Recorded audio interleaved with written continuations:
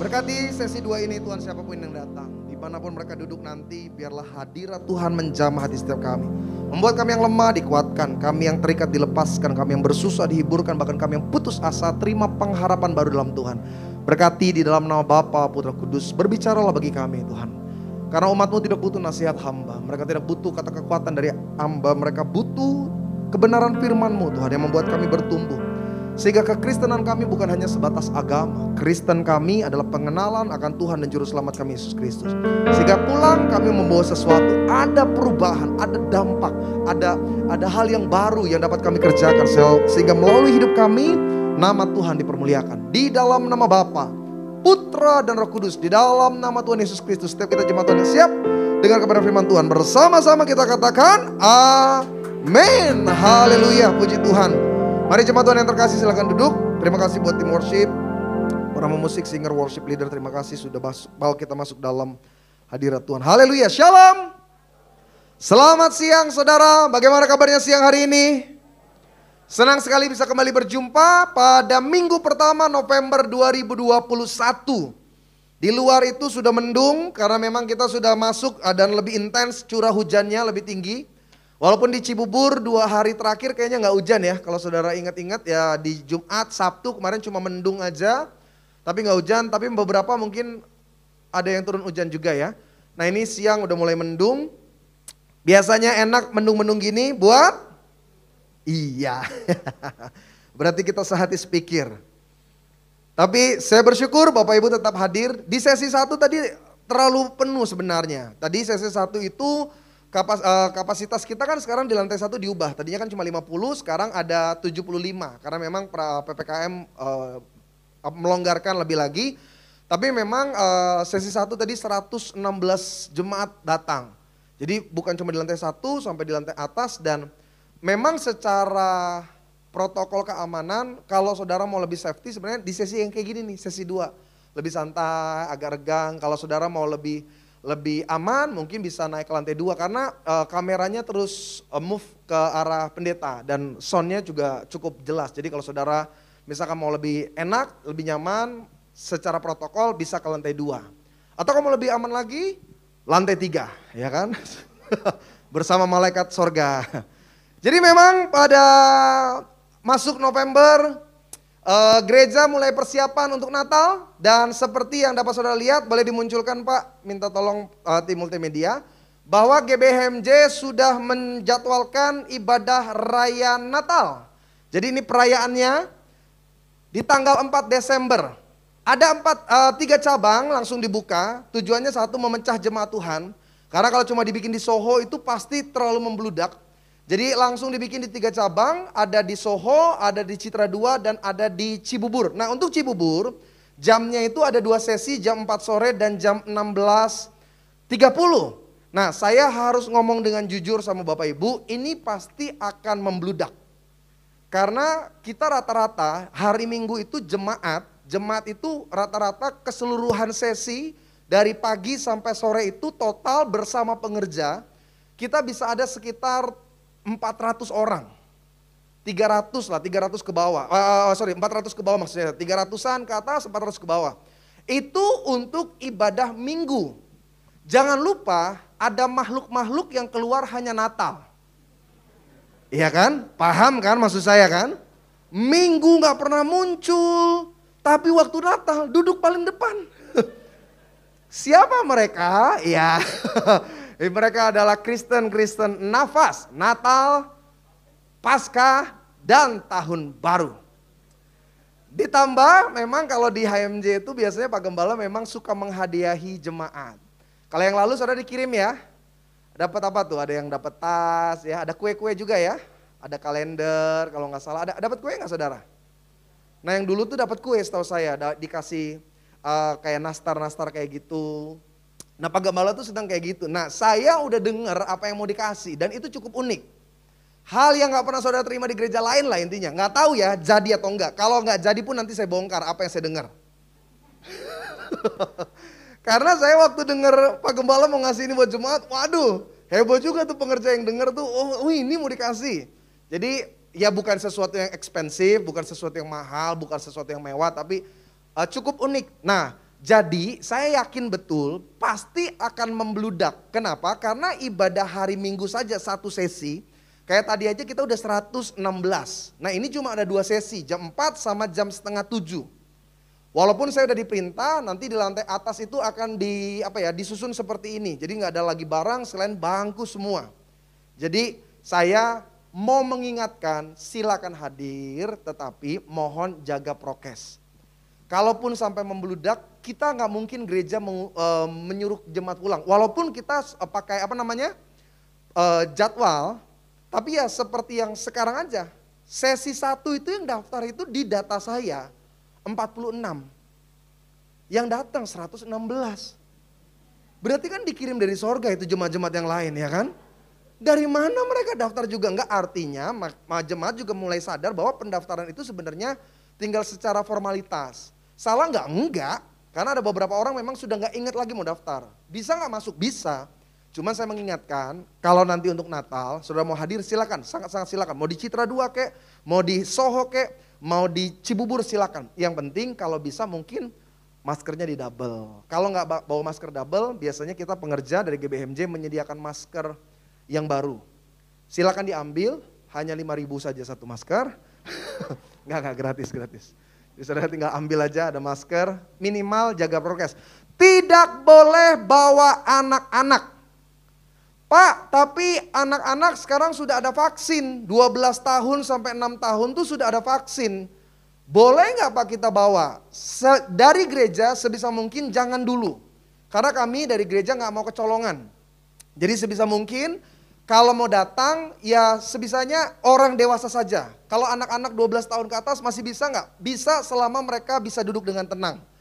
Jadi jangan sampai nanti maksudnya jalan-jalan atau gimana. Nah jadi bijak-bijaknya Bapak Ibu. Pak, apakah kita yang nggak ikut datang akan disiarkan secara online? Setahu saya tidak. Jadi memang kendalanya di situ. Buat yang mungkin belum vaksin atau yang memang nggak bisa datang atau yang mungkin menjaga prokes lebih ketat. Untuk sementara ini setahu saya tidak ada streamingnya. Jadi memang kondisinya sekarang hampir seluruh gereja sedang memfokuskan untuk ibadah tatap wajah. Makanya sekarang lagi repot banget nih, November, Desember orang lagi repot untuk persiapan Natal. Kita mewanti-wanti jangan sampai varian yang baru itu Delta Plus lah, MU lah, tetek bengek yang sekarang muncul di berita itu membludak di Desember. Makanya kalau saudara ikuti berita, pemerintah sudah menyatakan tidak ada libur Natal tahun baru. Itu sebagai salah satu langkah pemerintah. Walaupun kemungkinannya itu hanya mengurangi sekian persen. Karena nanti orang dari luar, orang kita dari luar masuk lagi ke Indonesia. Ya kita doalah supaya berita itu nggak ada lagi lah bicara tentang gelombang ketiga. Aduh bener deh, saya bingung saudara.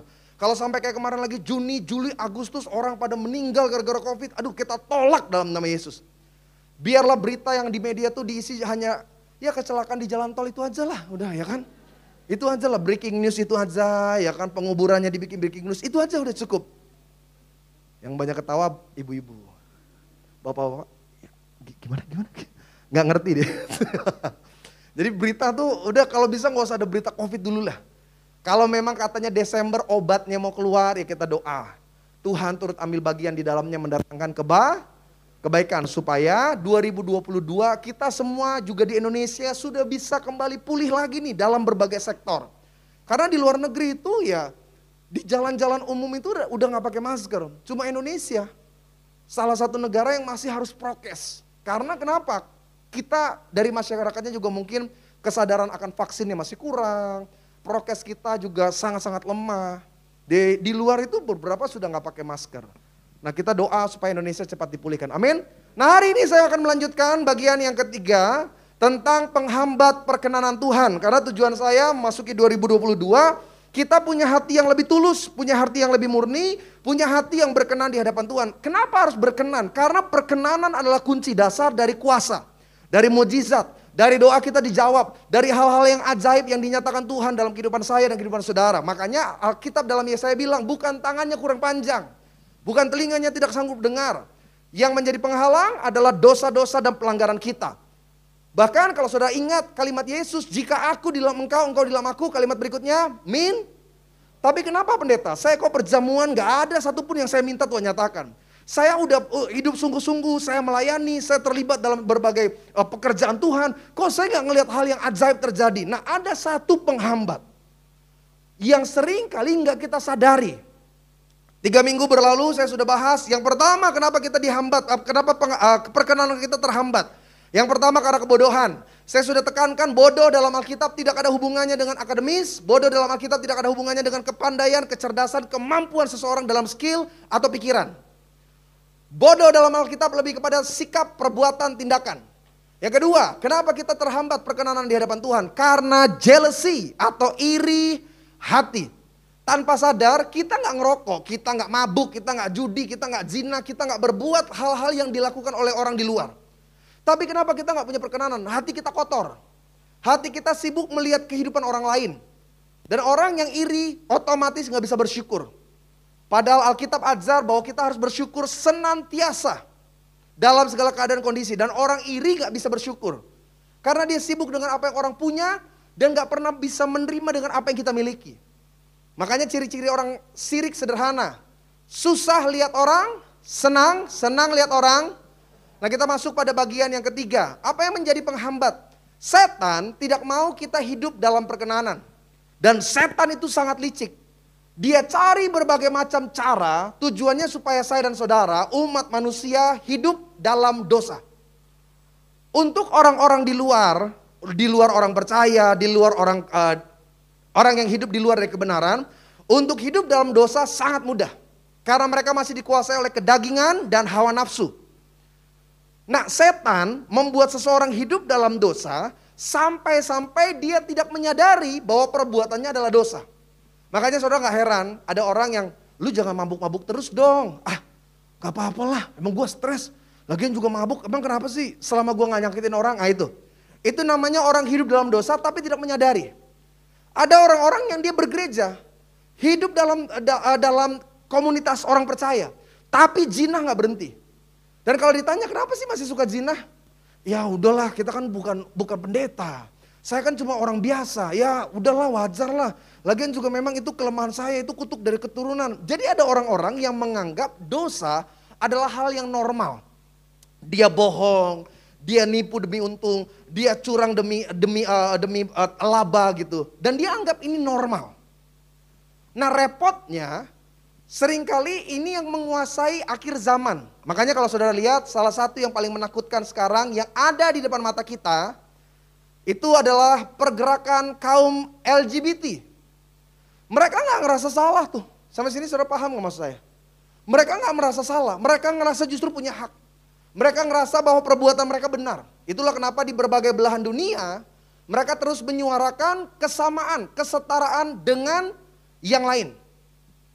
Bahkan tetangga kita, Timur Leste, di mana sebagian besar penduduknya memiliki kepercayaan sebagai umat Katolik. Di sana LGBT itu dianggap legal.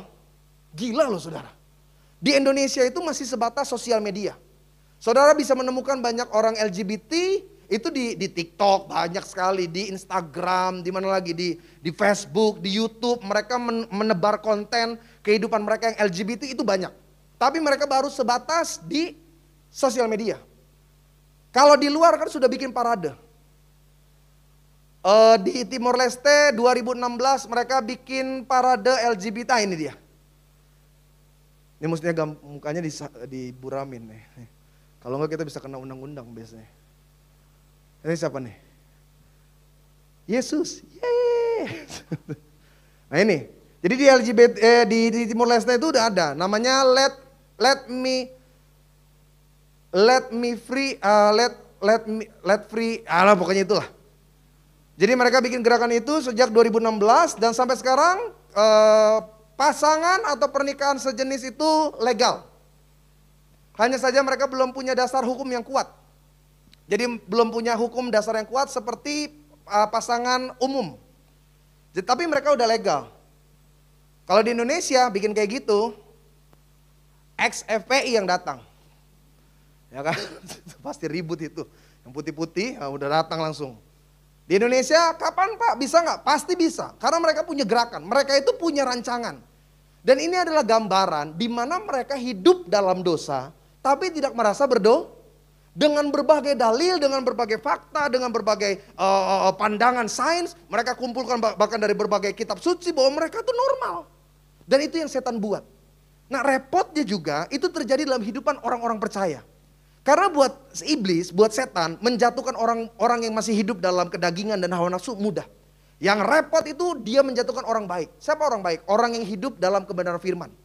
Tapi ada nggak celahnya? Ada. Setan taruh kesalahan di dalam hati kita. Dan salah satu hal yang membuat hati kita tidak berkenan di hadapan Tuhan adalah keangkuhan. Sama-sama bilang sama saya, sombong.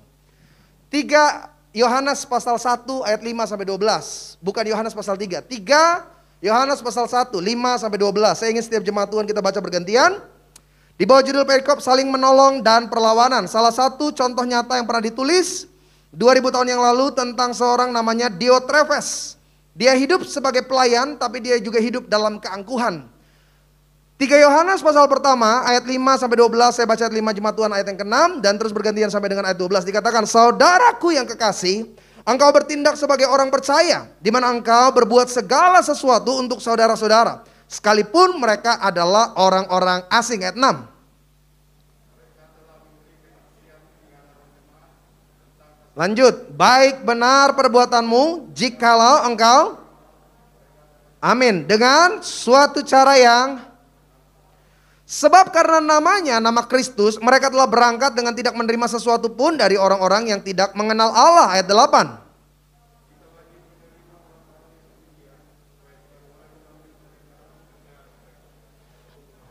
Oke, stop ayat 8. Jadi ini kasusnya, beritanya, orang-orang yang percaya kepada Yesus, mereka mulai diajar untuk menyebar, membawa Injil dan kebenaran, berita tentang Kristus Yesus.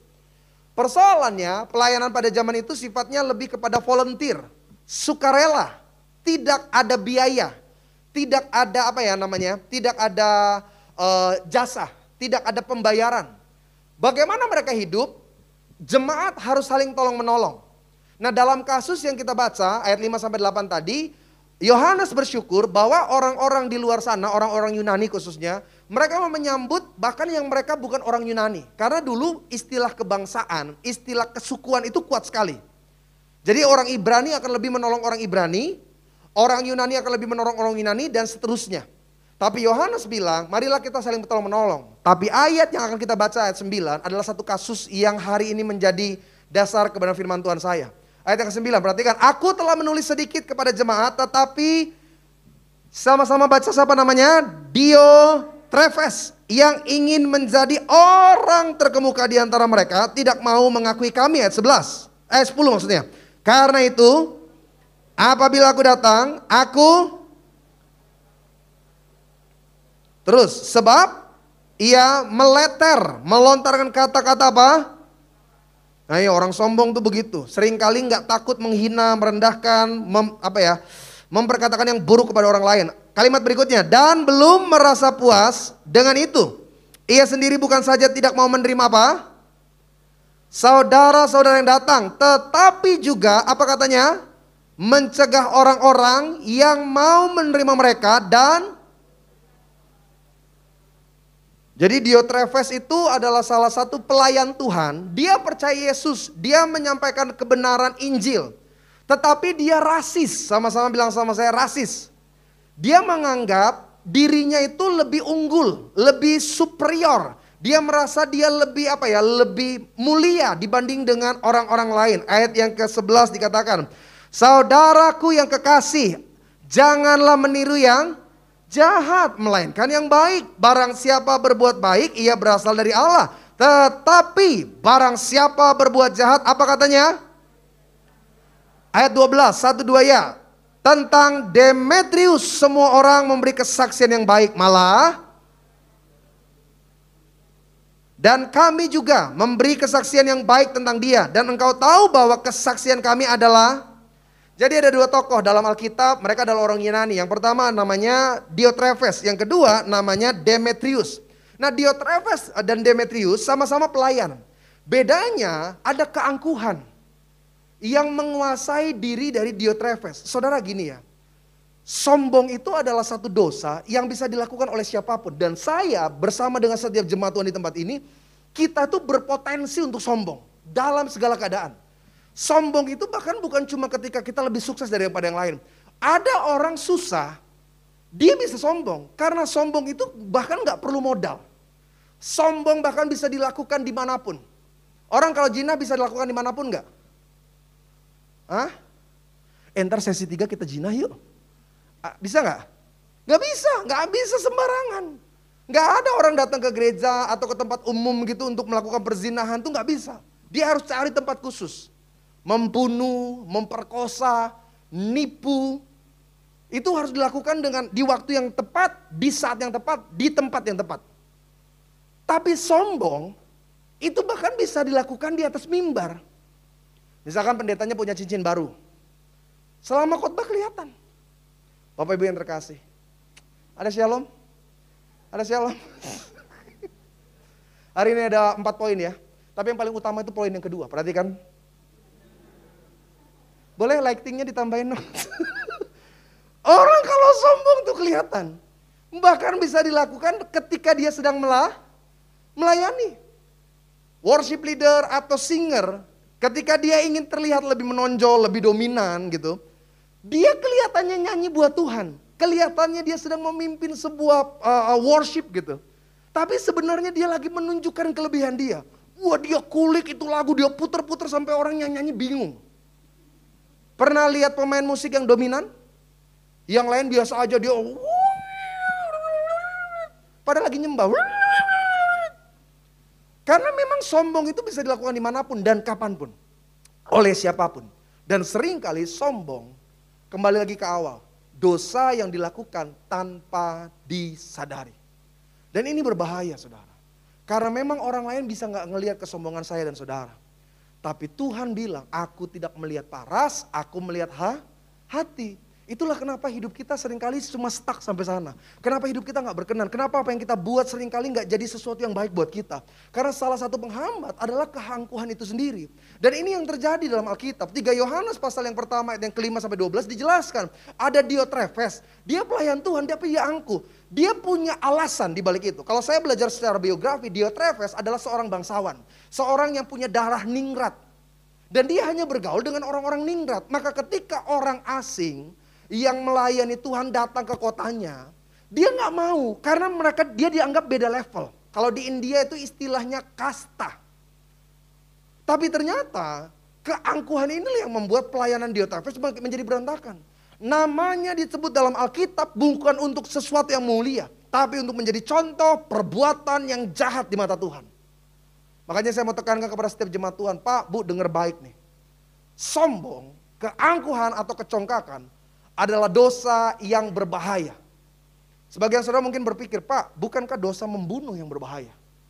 Bukankah dosa memperkosa yang berbahaya? Bukankah dosa berzina yang berbahaya? Kenapa sombong dosa yang berbahaya? Perhatikan Alkitab saudara, Amsal pasal 6. Sama-sama kita lihat Alkitab. Apa yang Alkitab katakan tentang kesombongan? Amsal pasal 16 ayatnya yang ke-5. Yang bisa lihat di layar 1, 2 ya. Apa katanya? Setiap orang yang tinggi hati apa? Sungguh ia tidak akan apa? Luput dari, perhatikan ya. Yang kita baca ini adalah Alkitab terjemahan baru. Dalam terjemahan BIS atau bahasa Indonesia sehari-hari ditulis dengan lebih jelas. Semua orang sombong dibenci Tuhan. Bahkan Tuhan tidak membiarkan mereka luput dari hukuman. Alkitab cuma menulis 2 hal yang dibenci sama Tuhan. Yang pertama, Tuhan benci perceraian. Makanya dalam kekristenan kenapa tidak ada cerai? Apapun alasannya. Karena Alkitab tekankan, Tuhan benci perceraian. Tuhan gak bilang dia benci orang berzina. Tuhan gak bilang dia benci seorang pemungut cukai. Tuhan gak pernah bilang aku benci pembunuhan. No. Alkitab catat Tuhan benci perceraian. Dan yang kedua, Tuhan benci keangkuhan, kesombongan. Jadi berbahaya. Dalam hidup saya dan hidup saudara, saudara boleh dibenci oleh siapapun. Tetangga saudara boleh benci engkau. Mertua saudara boleh benci sama saudara. Siapa lagi? Ipar, ya kan? Oh, atasan kita, karyawan kita, customer saudara, tetangga saudara boleh benci. Selama Tuhan mengasihi hidupmu, selamat. Tapi sebaliknya, seluruh orang di dunia boleh mengasihi saudara. Tapi engkau dibenci oleh Tuhan, hancur saudara dibuat sama Tuhan. Makanya kenapa dosa sombong adalah dosa yang berbahaya, karena memang dibenci oleh Tuhan. Coba saudara kita lihat lagi beberapa referensi ayat. Kenapa dosa kesombongan adalah hal yang berbahaya. Amsal pasal 18, masih di pasal yang sama, ayat yang berbeda. Amsal 16 ayat 18. Kecongkakan mendahului kehancuran dan tinggi hati. Iya, Alkitab udah jelas, saudara bisa baca dan saudara bisa tafsirkan secara langsung. Yesaya 5 ayat 15. Apa kata Alkitab tentang kesombongan? Yesaya pasal 5 ayat 15. Maka manusia akan ditundukkan dan apa? Orang akan direndahkan. Siapa mereka yang ditundukkan dan direndahkan? Iya, orang-orang sombong akan apa kata Alkitab? Direndahkan. Makanya kita harus nih tilik hati kita. Karena seringkali sombong itu gak disadari. Sombong itu seringkali kita gak rasa saudara. Dalam hidup saya dan setiap jemaat Tuhan, kita harus minta Tuhan, Tuhan murniin saya lagi deh Tuhan. Kenapa? Ada beberapa poin, tadi saya sudah nyiapkan 6, ternyata saya cuma bisa bahas 3 dan saya pikir juga saya cuma bisa bahas 3. Minggu depan kita lanjut bagian yang kedua, penghambat perkenanan Tuhan, keangkuhan bagian yang kedua. Yang pertama, mengapa kesombongan adalah dosa yang berbahaya? Sederhana, karena memang Allah membencinya. Kalau Allah benci gak ada alasan lain, ya memang Tuhan gak suka. Kalau saudara tanya, Pak, kenapa Tuhan sampai benci? Saudara perhatikan ya, sejak awal penciptaan, apa yang bikin Lucifer, malaikat terbaik sebagai worshiper, dia dibuang sama Tuhan? Apa dasarnya? Angkuh. Kecongkakan hatinya yang membuat dia dibuang sama Tuhan. Apakah Tuhan sayang? Tidak. Dia yang terbaik. Tapi karena keangkuhannya Tuhan buang. Dan Tuhan gak bilang, fair. Saya gak enak, ada pendeta Fernando. Saya suka ketawa kalau misalkan ada Pak Gembala kan dekat sama Pak Pendeta Fernando. Terkadang karena mereka dekat suka bercanda. Pak Gembala suka bilang begini, Lucifer. Saya diem ya kan. Kok Pak Gembala bilang Lucifer? Maksudnya Lucy Fernando gitu. Tapi karena disingkat Lucifer. Tuhan gak ada bilang tuh sama Lucifer, ayo balik lagi lah. Cuma kamu yang bisa kasih worship yang terbaik. Enggak, Tuhan buang. Tuhan buang. Makanya kenapa dia cari para penyembah-penyembah. Karena ada seorang penyembah, ada malaikat yang paling berkuasa atas pujian penyembahan. Akibat dibuang sama Tuhan. Apalagi yang membuat seseorang harus menjauhkan diri dari kesombongan. Lihat kisah Adam dan Hawa. Kenapa mereka sampai mau ambil buah itu? Karena sombong, ingin menyamai Tuhan. Ular bilang apa?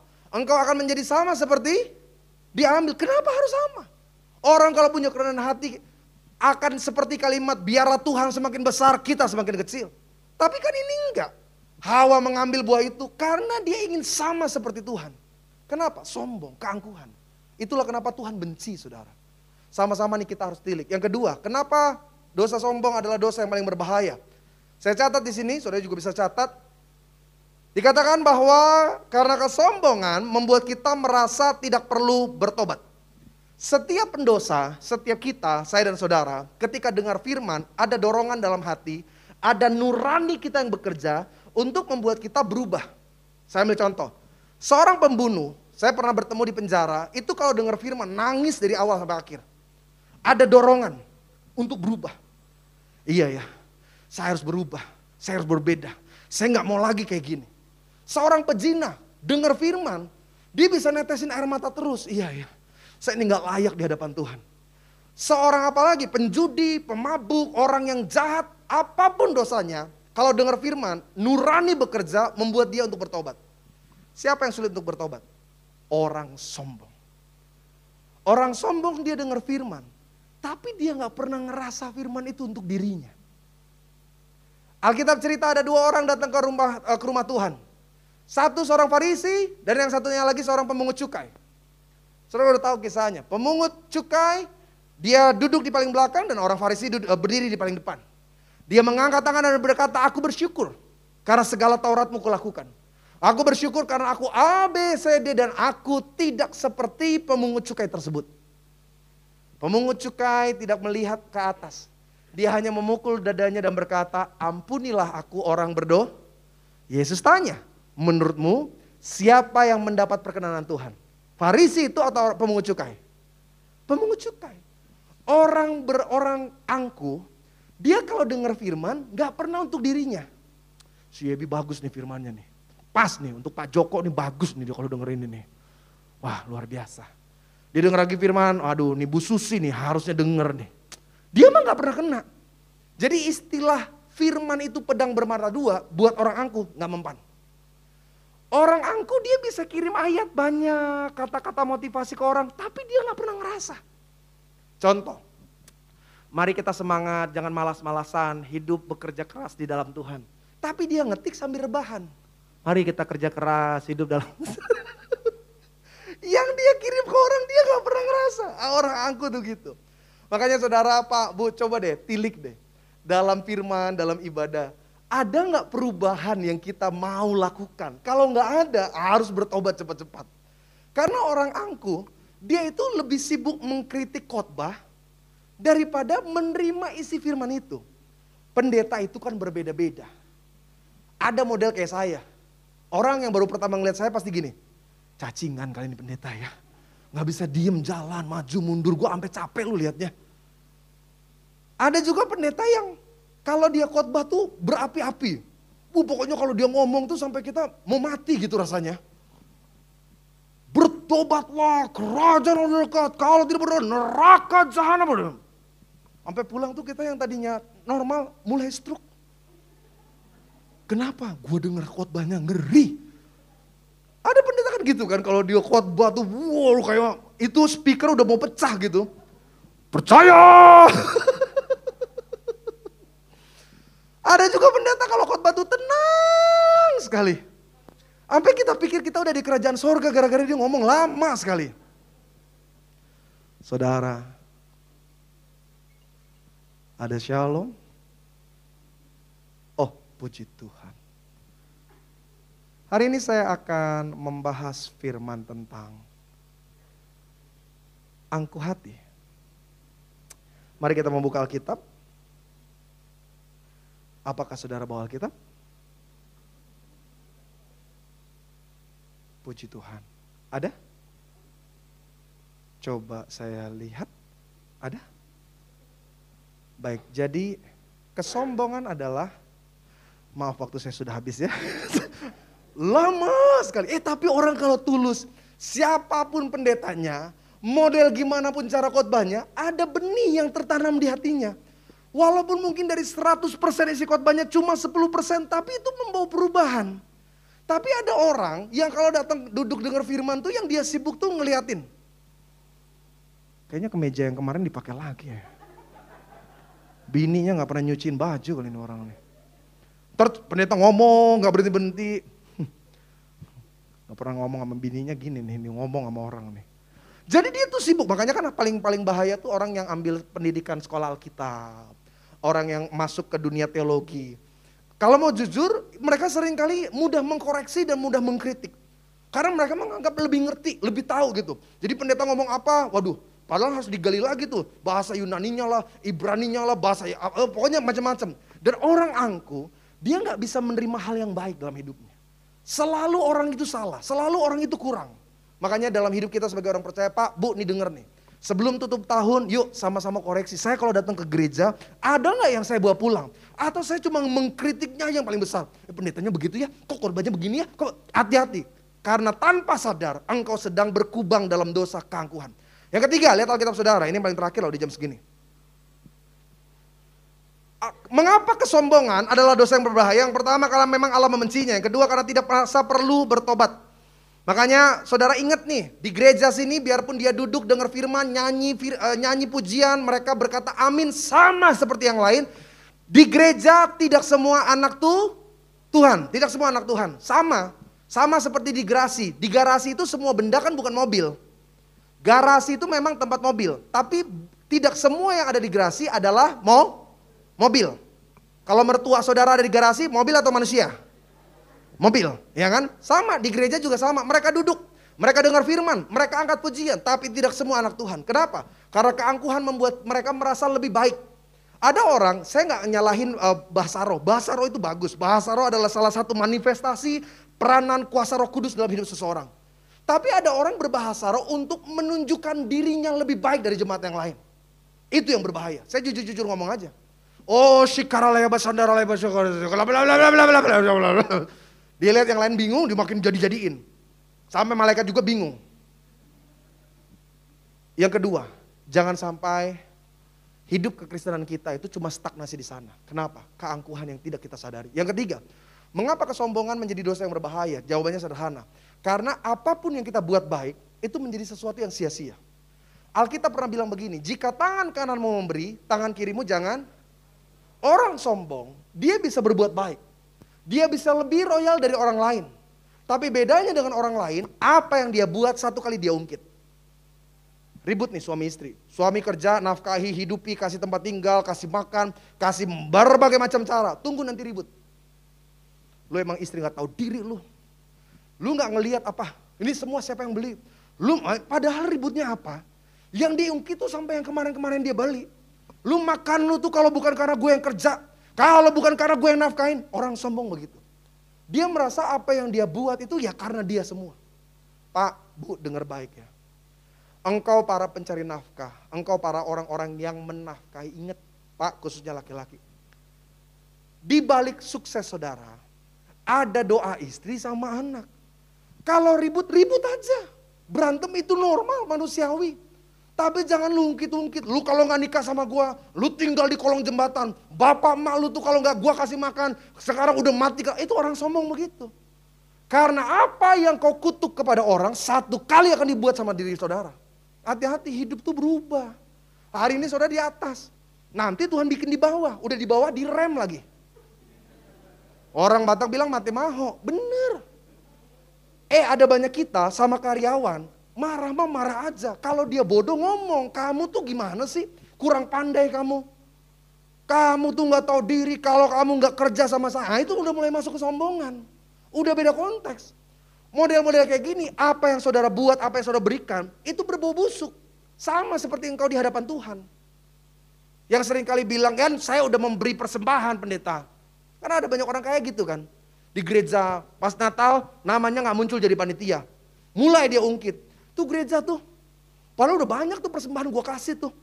Hamba Tuhan juga suka datang ke rumah, alasannya mah doa, padahal gue tahu tuh pindah duit tuh dia. Gue sih gak mau sombong ya, tapi lu tahu gak perpuluhan gue? Nah gitu, ngomong mulutnya kayak gitu tuh. Gue sih gak mau sombong ya, tapi gue kalau perpuluhan di gereja gede loh. Aduh, gue gak mau cerita lah. Iya, tapi gak apa-apa lah, gue pengen cerita aja sama lu nih. Nah, orang sombong tuh begitu. Menutupi dengan cover rendah hati, padahal tinggi hati. Lu gak usah cerita sama siapa-siapa, gue cuma sama lu doang nih. Padahal satu RT udah denger cerita itu. Gue kalau ngasih perpuluhan tuh tiap bulan tuh gue bisa 10 juta lu. Lu tahu gak tuh gereja tuh. Tapi emang gembalanya emang gak tahu diri. Nah gini, padahal perpuluhanmu tadinya berbau harum. Tapi karena keangkuhan dan kecongkangan saudara, berbau busuk di hadapan Tuhan. Pak, sehebat-hebatnya Bapak nafkahi. Kalau tiap ribut Bapak ungkit, enak Pak dengarnya. Bu, ibu melayani keluarga, masak dengan baik. Tapi setiap ribut ibu ungkit apa yang ibu buat. Lu kalau bukan nikah sama gue, lu gak bakal kayak gini. Lu tahu gak bakal kayak gini, susah. Suami bilang, Tuhan, kalau memang surga itu tempat yang indah, bawalah istriku ke sana Tuhan. Beban dia punya bini kayak saudara, karena ngungkit terus. Maaf ya, saya ngomong jujur nih. Anak-anak muda yang sudah mulai membiayai, menafkahi orang tua, jangan suka diungkit-ungkit. Jangan suka merasa gara-gara tangan kalian lah orang tua kalian makan. Saya kasih tahu nih, kalaupun engkau gak memberkati, berkat dan pemeliharaan Tuhan akan tetap ada buat orang tua kita. Tapi ingat, apa yang hari ini kau terima satu kali Tuhan cabut semua. Karena Tuhan pikir engkau gak bisa menjadi saluran berkatnya. Kan banyak orang tua gitu kan, kalau gini ya saudara, bedakan mana mengingatkan, mana mengungkit-ungkit. Kelihatannya sama tapi dua hal yang berbeda. Ada orang tua kalau marah, kamu tuh sekolah kamu sayang bayar. Anak-anak gak bisa menerima itu sebagai sebuah hal untuk mengingatkan. Dia akan terima itu sebagai sebuah pengungkitan. Ya mungkin siapa yang mau ini? Gue tuh kalau mau lahir gak pengen lahir di keluarga ini. Gue kalau bisa bapak gue Helmi Janto. Udah kayak gini ya diungkit-ungkit. Iya. Beda kan mana mengingatkan, mana ngungkit. Kalau mengingatkan tuh gini, nak, ingat ya, nih papa udah bayarin semuanya, kamu harus yang the best. Pokoknya papa kasih kamu yang terbaik, yuk kamu berjuang. Itu beda sama kamu tuh gak tahu diri jadi anak. Saya harus keluar ini, pergi dari pagi, kamu belum bangun, saya udah pergi kerja, kamu udah tidur, saya belum. Wah itu. Makanya nanti banyak anak-anak simpen dalam hatinya gini, nanti lihat kalau gue udah kerja, gue tinggalin loh. Karena memang begitu. Bapak-bapak denger nih, yang punya rumah dengan sertifikat SHM, SHM itu sertifikat hak milik, bener kan? Yang sudah punya rumah pribadi aja, ngusir istri dosa. Apalagi lu masih ngontrak. Udah ngontrak ngusir lagi ya kan? Lu kalau gak cocok di sini keluar aja lu dari sini. Akhirnya ibu kontrakan datang, lu juga keluar sini. Bener. Makanya saudara akan lihat gini ya, kenapa ada orang tua yang ketika dia lansia, kok dia gak sukses gitu, tapi anaknya sukses, karena sering kali gitu. Dia merasa sumber berkatnya cuma dia, kalau gak gua yang nafkahi, kalau gua gak hidupin, satu kali Tuhan anggap engkau gak bisa jadi saluran berkatnya, Tuhan ambil semuanya. Makanya memang sombong itu dosa yang berbahaya. Seperti Saul merasa hanya dia raja. Ketika dia menganggap yang lain adalah musuh, dia lihat Daud sebagai ancaman. Bukan urusannya sama Daud, urusannya langsung sama Tuhan. Makanya yuk sama-sama kita belajar tulus hati. Supaya apa? Kita punya perkenanan Tuhan. Hidup ini anugerah saudara. Kalau hari ini kita ada, kalau hari ini kita miliki semua hanya karena kebaikan Tuhan. Jadi kita belajar sampai situ dulu karena waktunya sudah habis. Minggu depan yang bisa datang. Sama-sama kita lanjutkan tentang keakuan hati ada penghambat perkenanan Tuhan. Kita beri kemuliaan bagi Allah kita, haleluya. Senang Timorsi boleh maju ke depan. Jadi hari ini kita belajar 3 poin mengapa kesombongan adalah dosa yang berbahaya. Yang pertama kalau memang Allah membencinya. Yang kedua karena sering kali orang sombong atau orang angkuh hati tidak merasa perlu bertobat. Dia menganggap yang lainlah yang harus berubah dan dirinya tidak perlu berubah. Dan yang ketiga, kenapa sering kali kita harus menyingkirkan keangkuhan atau kecongkakan hati kita karena memang kecongkakan menghapus segala perbuatan baik kita. Makanya kalau saudara sudah memberi sudah cukup. Orang sombong juga nanti minggu depan saya akan bahas begini. Orang sombong itu seringkali bukan cuma karena ketika dia memberi. Dia diberi tapi nggak tahu terima kasih, itu sombong namanya. Saudara ditolong orang, saudara dibantu, saudara rekomendasiin, saudara diangkat orang. Tapi saudara nggak tahu berterima kasih, saudara bahkan nikam dia dari belakang, itu orang sombong. Waktu kita sudah habis, minggu depan saya bahas itu. Yang bisa datang sama-sama. Pak, saya mau kunci G. Coba. Senang setiap kita bangkit berdiri.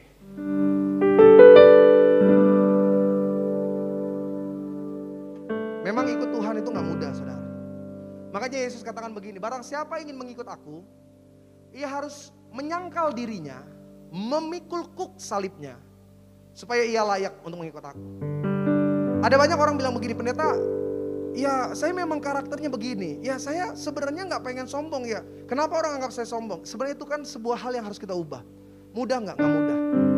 Untuk kita gak jadi sombong sebagai suami itu gak mudah Pak. Untuk kita gak jadi sombong sebagai istri, sebagai orang tua, sebagai orang sukses, sebagai pelayan Tuhan itu gak mudah.